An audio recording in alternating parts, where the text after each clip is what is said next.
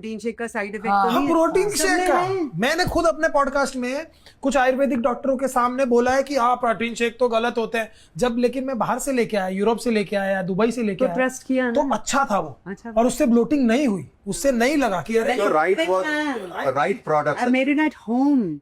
If you see YouTube में, to make protein powder at home, you have to get a mix of all nuts and seeds. That's it. I made it at home. For ji protein powders के बारे में बात हो रही है, already मैं video बना चुका हूँ। अब इसमें एक चीज़ आ रही है कि हाँ आपके पास जब अच्छी कंपनी की ओरिजिनल चीज़ें मिल रही हैं तो वो चीज़ें आपके लिए बेनिफिशियल हैं, ठीक है, वो आपको साइड इफेक्ट भी नहीं करती हैं, आपकी प्रोटीन इनटेक मुकम्मल करने में आपकी हेल्प करती हैं। लेकिन इन दिस वीडियो मुझे एक इशू है कि जो पॉइंट है ना कि सीड्स को आप मिक्स कर रहे हैं उसमें से प्रोटीन ले रहे हैं, तो भाईजान आप एक चीज़ की तरफ ख्याल रखिएगा कि जितने मर्जी आप सीड्स को मिक्स कर रहे हैं, अब सीड्स वो चीज़ें हैं, जब आप ड्राई फ्रूट को देख रहे हैं, आलमंड्स को देख लें, पीनट बटर को देख लें, इन चीज़ों को जब आप इस्तेमाल कर रहे हैं तो इनकी एक अच्छी खासी क्वांटिटी के अंदर आपको, फॉर एग्जांपल है कि कैलोरीज बहुत ज़्यादा मिल रही हैं, प्रोटीन की क्वांटिटी कम है और उनमें फैट्स की रेशियो जो है वो ज़्यादा है।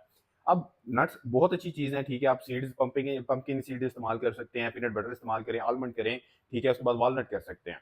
ये चीज़ें आपने इस्तेमाल करनी है लेकिन एक लिमिटेड क्वांटिटी के अंदर। अगर प्रोटीन के चक्कर में इन चीज़ों को इस्तेमाल करेंगे, वाटर इनटेक साथ अच्छी नहीं रखेंगे, उसके अलावा आप दूसरे सोर्स ऑफ प्रोटीन इस्तेमाल नहीं करेंगे जिनमें लो कैलोरीज है, हाई प्रोटीन है, तो आपकी बॉडी को जो है वो रिएक्शन फिर उस चीज़ के स्टार्ट होना शुरू हो जाता है। आगे लोग इन चीज़ों से डरते हैं, ये चीज़ें गर्म बड़ी होती है, फिश ऑयल को नहीं इस्तेमाल करते, या फिर आप ड्राई फ्रूट को इस्तेमाल कर रहे हैं, तो जब आप उनकी एक्सीड अपनी बॉडी में बढ़ा देंगे तो जाहिर सी बात आपको रिएक्शन होना है और कैलोरीज इतनी ज़्यादा हो जानी है कि अगर आप कैलोरीज डेफिसिट में आ रहे हैं और इस तरह का कोई स्मूदी बना के पी रहे हैं कि सारे नट्स उसमें डाल रहे हैं, फिर भी आप एक अच्छे खासे नट्स को इस्तेमाल करेंगे तो आपकी प्रोटीन इंटेक डेली बेसिस पे मुकम्मल नहीं हो सकती। अगर आप उसको इस्तेमाल करते हैं, फॉर एग्जांपल एक बंदे की इंटेक है 120 ग्राम, ठीक है, आपने 60 ग्राम भी अगर आप प्रोटीन मुकम्मल करते हैं ड्राई फ्रूट से तो उसकी कैलोरीज आपके लिए 2000 प्लस हो जानी है। अगर आप ड्राई फ्रूट से भी इस्तेमाल कर रहे हैं और अगर उसकी टोटल कैलोरीज इंटेक की 1600 होगी तो फिर वो बाकी की 60 ग्राम ऑफ प्रोटीन और अपनी बॉडी को एनर्जी कैसे देगा?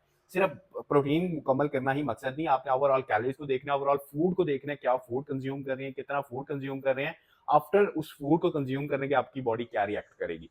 तो ये चीजें, इस तरह की चीजें देख के उनको फॉलो करना मेरा नहीं ख्याल कि कोई एक अच्छी चीज है।